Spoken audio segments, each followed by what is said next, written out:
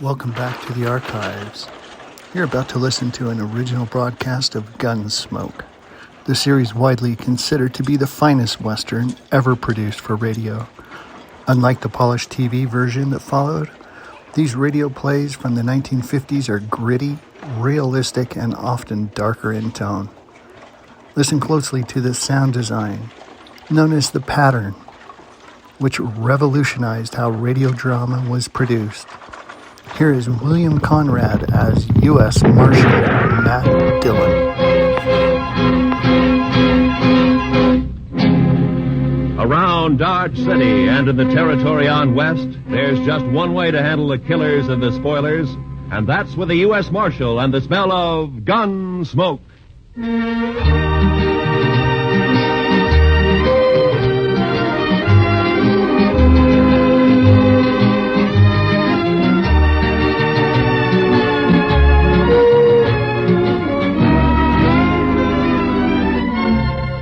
Gunsmoke, starring William Conrad. The story of the violence that moved west with young America. The story of a man who moved with it.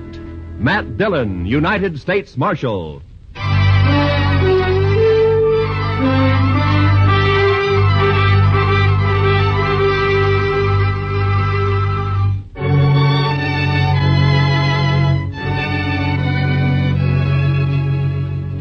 Everything was all right until about a mile north of the Cimarron. That's when my horse got a hoof caught in a frozen dog hole and broke his leg.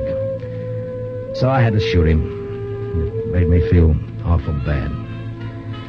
I didn't feel any better thinking about the walk ahead of me. Close to 40 miles to Dodge and carrying my saddle all the way.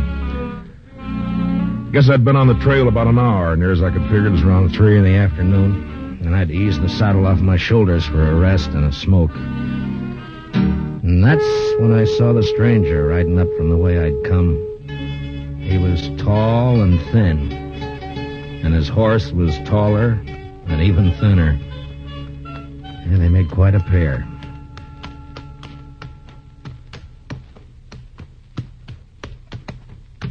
All right. How are you? You lost? No. My horse busted his leg a way back. I'm on my way to Dodge. Well, that's your house, huh? I saw it. Yeah. On your way to Dodge, huh? Yeah, that's right. You got any more of that tobacco? Yeah, sure. Here you are. Thanks. Thanks a lot. That's okay. Kind of a big walk you've got ahead, ain't it? Kinda. It's going to be dark soon. You figure making camp? That's the idea. Mm-hmm. Well, it's too bad. Yeah.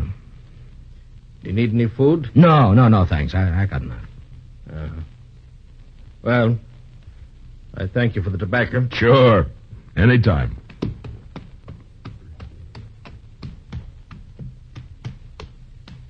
Hey. Yeah?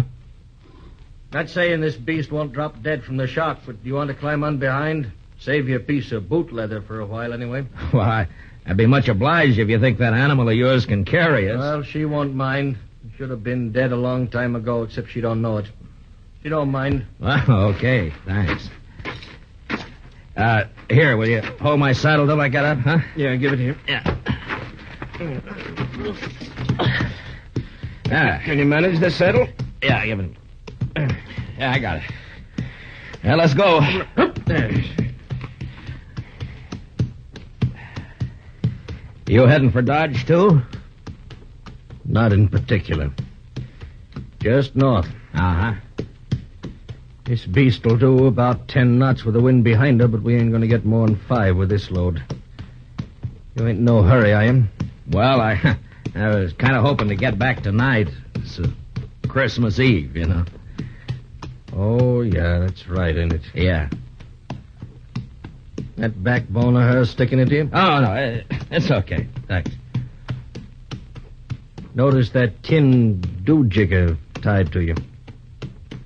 You the law? Yeah, I'm a U.S. Marshal. My name's Matt Dillon. That's so. I never seen a marshal on foot. Well, it happens sometimes. How is it you're down this way? Isn't it a mite off your course? Hmm?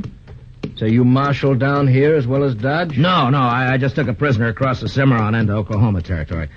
Turned him over to the Army there. Did, huh?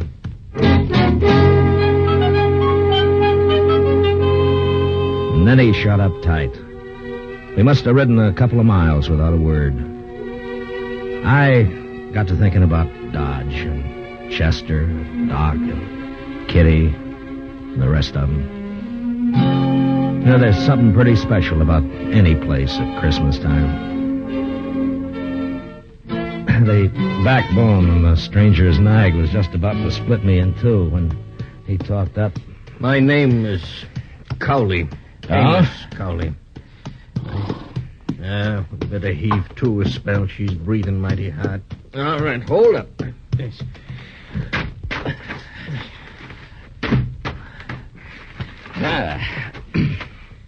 Yeah, it's getting a little chilly, isn't it? Yeah. Could I trouble you for another smoke? Oh, sure. Here you are. I thank you. Say, what's it like in Dodge? What? Dodge. What's it like? Oh, it's like any other town, I guess. Pretty big, huh? Well, yeah, I guess so. Not so big as New York, though. Oh, no, not as big as that. You know, I haven't been in a big town now for more than 10 years. Oh, is that so? No. Been down the territories, drifting. Thought I'd move up north this time. Maybe go back east. So you're from the east, huh? Some time back. Say, what's it like? What? Well, Dodge, any town. At Christmas. Same as it used to be? Well, I guess so. What do you do? Well, same as most people, I guess. What most people do at Christmas. Well, that ain't saying a lot. What are the folks like? And what does it look like? I just kind of like to know. Well, I don't know. Well, there's Front Street. That's most of Dodge right now. Of course, it's getting bigger all the time. Do you have any kids? No, I'm not married. Yeah. Kids have fun Christmas. Yeah, they do. That's certain. And Dodge, they sometimes have a party for the kids. A couple of days before Christmas. Kids like that. And then everybody gets feeling good, looking forward to Christmas Eve. Like last year.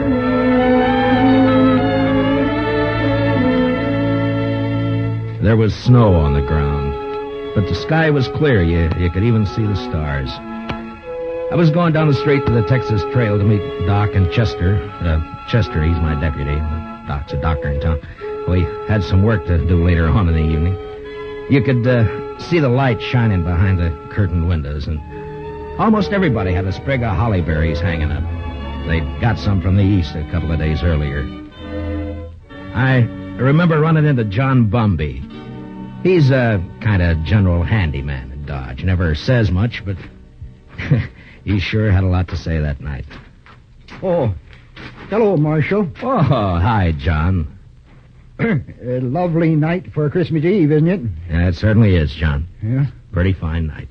Peace on earth, goodwill to men. Mr. Dillon? Yeah, that's the way it should be, John. You know, Marshal, this is going to be quite a night for me. Yes, sir. Oh, is that so? Oh, yes, sir. Tonight, I'm asking Mrs. McNish to become Mrs. Bumby. What? Mm-hmm. Well, John, I didn't know that. Oh, I know it's been a mighty fast secret, but I'm popping the question tonight. Well, I wish you a lot of luck, John. Hey, I'll tell you what. Come by to the Texas Trail later, and we'll have a drink on it. Oh, I will. I really will, Marshal. You're good and kind, Marshal. Good and kind. Merry Christmas, Marshal Dillon. Merry Christmas. Well, the same to you, John.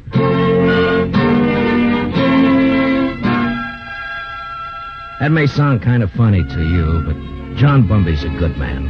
A little peculiar sometimes, but good as they come. And they don't make enough like him. Of course, most everybody in Dodge suspected Doc and Ms. McNish were sweet on each other. But it just goes to show you. I'll tell you about John and Ms. McNish a little later. So I went on down the street. You know, it's a funny thing about those words, Merry Christmas. Men say it to each other, and, well, it makes them feel kind of good. I know what you mean. Used to be a seafaring man myself. When you're on the sea and it comes Christmas, things like that can count a lot. Yeah. And we might as well get underway again, huh? Sure. All right. Hey, you want to take my saddle? Give it here. Okay. Give it to me. Okay. Come. I guess you'll miss it in Dodge tonight. Won't you? Well, if you could get a little more out of this nag of yours, we might make it tonight. No, there's not a chance. She'll be on her beam ends pretty quick. She's been on a long reach since sunup. Oh. Mighty bare country up this way. All right, depends on what you're used to, I suppose. Mighty bare where I've been, too. It's not like the sea. That's always different. How come you left it? I always heard a sailor doesn't ever get it out of his blood. The sea? I guess you can get it out of your blood, all right. You got the right reason you can. Yeah, I guess so. Hey, you trying to get something out of me? Well, no. Get what? I would just remark. You want to ride with me? I don't want any talk about the sea. Well, you brought it up. Get it.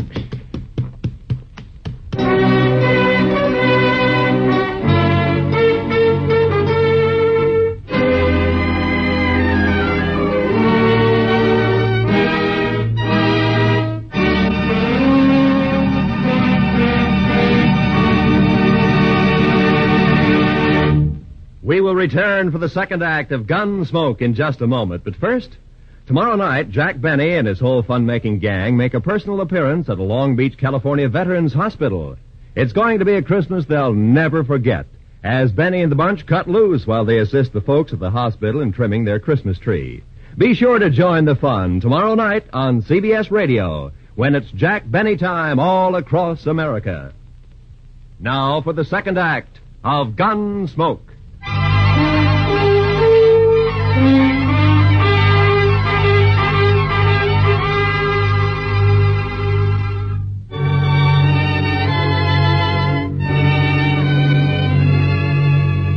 Amos Cowley sulked his way along the trail for the next while. And then it was almost like he couldn't stand the quiet. Or maybe he had things on his mind. He turned his head. Go on. What? Go on. Tell me some more. Oh, about Dodge? Yeah. Well, I don't know. Well, you try some more, huh? Well, they got a little pine tree in the Texas Trail. Tree? Yeah, come down a long way from the north. Kitty Russell, she's a hostess in the Texas Trail. Well, she got a lot of ribbon and gewgaws and made it look real nice. That was last Christmas. A star at the top? A star? Yeah. Yeah, I think so. It looked like a star, I guess. It sure looked pretty. And there was a difference in the place that day. Everybody was celebrating and feeling real good.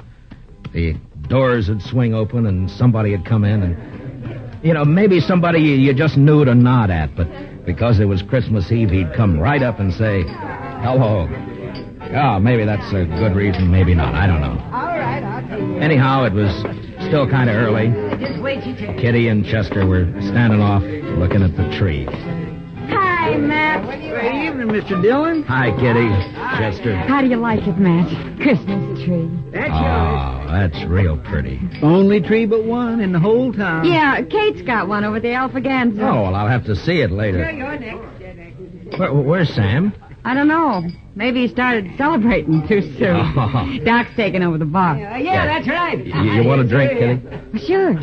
All right, I'll get you a drink. I'll get you. You haven't forgotten anything, have you, Mr. Dillon? Forgotten?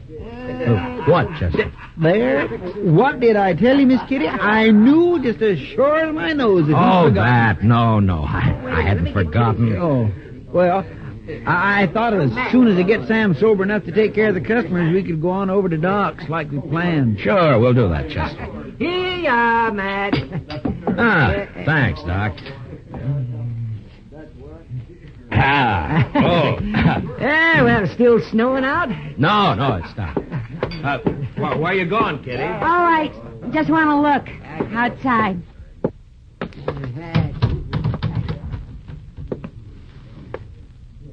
Ah, real pretty. Man thinks of a lot of funny things that don't mean much.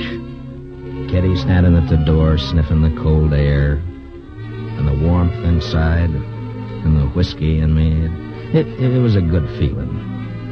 And then Chester and I decided to take a bottle over to Mr. Hightower. He's the telegraph operator over at the depot.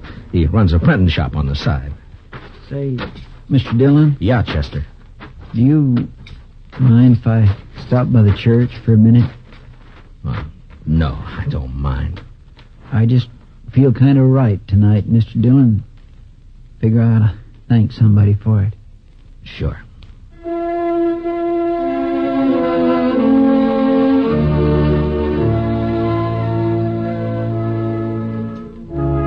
So we stopped by the church.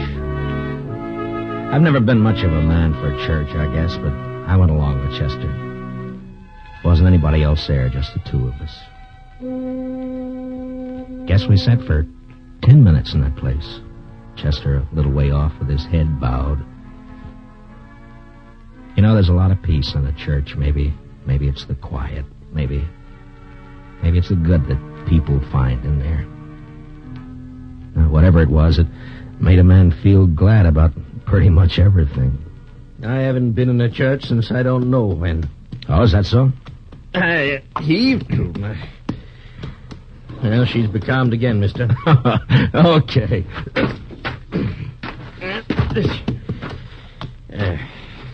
She sure wasn't built for it, I'll tell you. You ever see anything like that? She is kind of old, isn't she? I've had her going on 8 years. She hasn't changed a mite. Eats like a pig and looks like a four-legged mizzenmast. Smoke? Don't mind. Hey, what about that fella Hightower? Did you get that bottle to him? Oh, sure. Yeah, I guess it was lonely over in the depot all alone. He was glad for the company. There was a wood fire burning in the stove, but it didn't keep out the cold.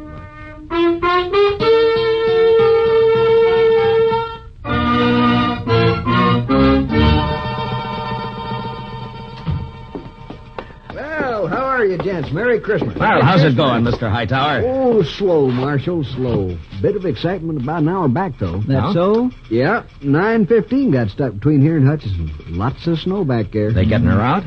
Sure, they're trying, but I'm sure glad I'm not on it. It's going to be a cold night on that train. Well, it's kind of chilly in here, isn't it, Mr. Hightower? And it's warmer, and I'm going to sleep. Well, say, we brought you over a bottle of Irish for company.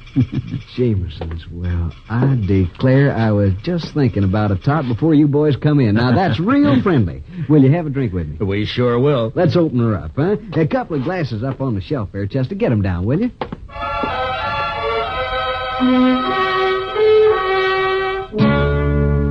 I don't know if you get an idea about the folks in Dodge or not. They're not any different than any other people, or the town either. I guess maybe it's a pretty small place at that. The depot, the hall, a few stores, a church, Doc's office, a Texas Trail, Alafraganza, my office. Not much, but it's where you live, you know? Sounds all right. I lived in a town once back east. Small. I know what you mean. Well, maybe you'll be going back. Maybe. Say, the kids, they still believe in St. Nick? Oh, sure. I Mighty suppose. few kids down where I've been. Injun kids, they don't believe in St. Nick. No reason they should, I guess. I used to believe in it, you know that? Well, I guess most people did one time or another. Hey, you figure we come maybe 10 miles? Maybe. Yeah, it's getting dark. Yeah. Well, come on. You want to You want to ride the saddle for a bit? Oh, no. That's okay. Well, then, okay. We rode on, and I thought about last year, about Kitty, Doc, and Chester and me going over to Doc's place after Doc got tired at Tented Bar at the Texas Trail. It was about 1:45, and we stood around and sang Christmas carols. And I remember how it sounded that night, how it looked. The glow in the stove in the middle of the room, and the frosty windows. Yeah, it was Christmas Eve, all right. Was so deep. Noel, Noel, Noel, Noel. Born is the King of Israel. Say, that was fine. That was just fine. Yes, it was. Oh, gee. Say, now, what do you say if we... Listen. Huh? Oh. Merry Christmas. Merry Christmas. Merry Christmas. Merry Christmas. You know, I feel sentimental. That's exactly what I feel. I feel sentimental. I know what you mean, Doc. I surely know. Okay, Doc. Bring him out.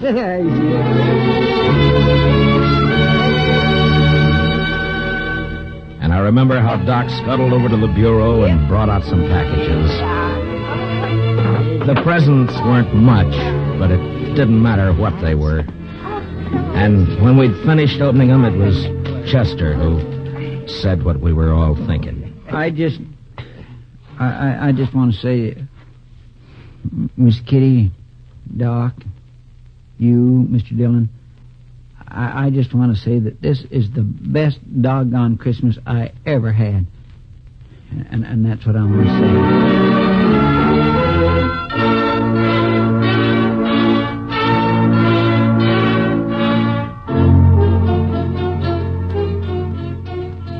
Say, you was going to tell me about that fella John was courting that woman.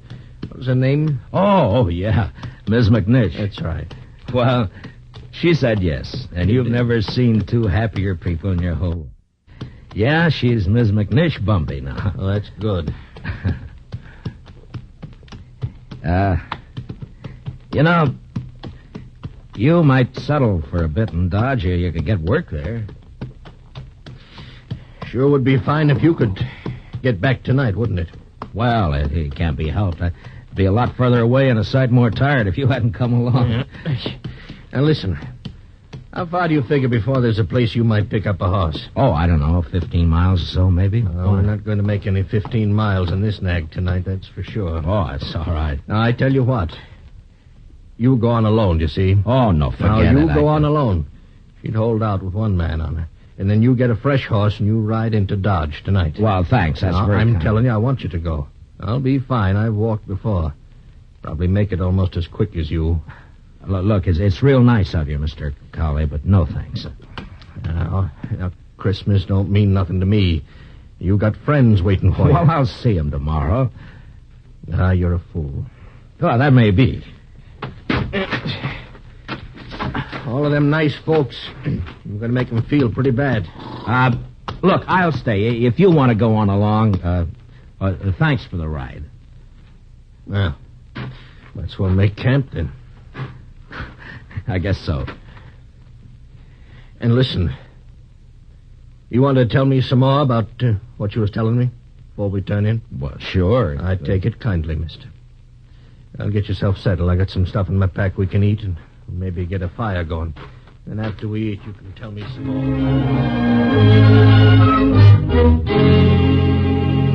We made a fire and then shared what we had for supper. He seemed to soften up after that, and we talked for a couple or 3 hours. It was like he was starved for news of people, everyday things, and just plain company. And that's how we spent Christmas Eve together out on the plain. And And then when the fire was dying down and I was about ready for sleep, he said... Marshal, Yeah? I want to tell you something. I've been needing to tell it for a long time. Do you mind? Well, of course I don't mind. Well, then I'll tell you. A few years ago, I was skipper of a little schooner. Used to sail up and down the East Coast, you know, Boston, New York. Yeah? Well, one night, we hit dirty weather off New Jersey. Real dirty. Blew us off course, and we piled up on the rocks and knocked the bottom out.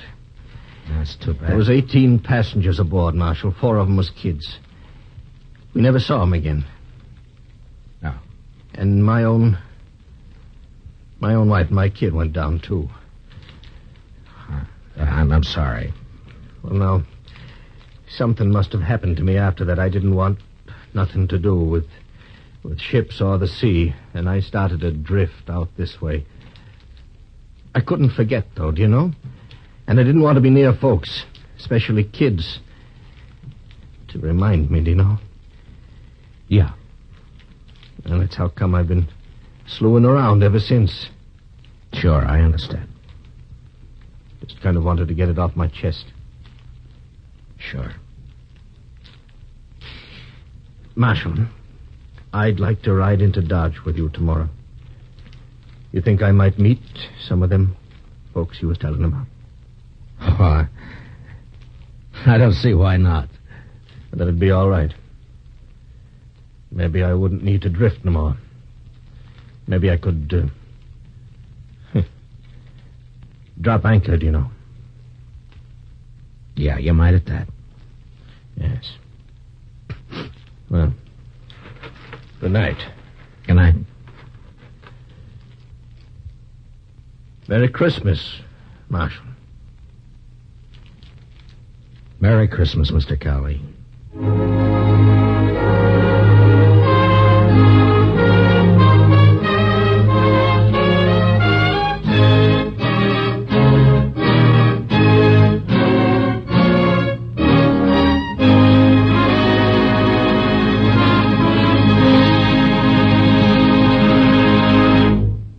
Gunsmoke, under the direction of Norman MacDonald, stars William Conrad as Matt Dillon, U.S. Marshal. Tonight's story was specially written for Gunsmoke by Anthony Ellis, with music composed and conducted by Rex Corey. Featured in the cast were Lawrence Dobkin, with Harry Bartell and John Daner. Parley Bear is Chester, Howard McNear is Doc, and Georgia Ellis is Kitty. Gunsmoke is heard by our troops overseas through the worldwide facilities of the Armed Forces Radio Service. Join us again next week as Matt Dillon, U.S. Marshal, fights to bring law and order out of the wild violence of the West in Gunsmoke.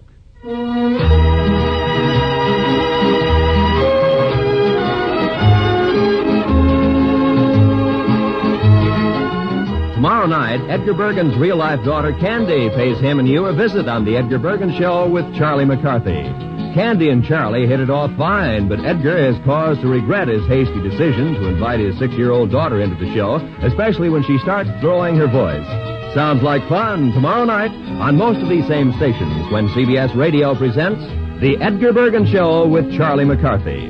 This is Roy Rowan speaking. And remember, Eve Arden as our Miss Brooks teaches you how to laugh every Sunday on the CBS Radio Network.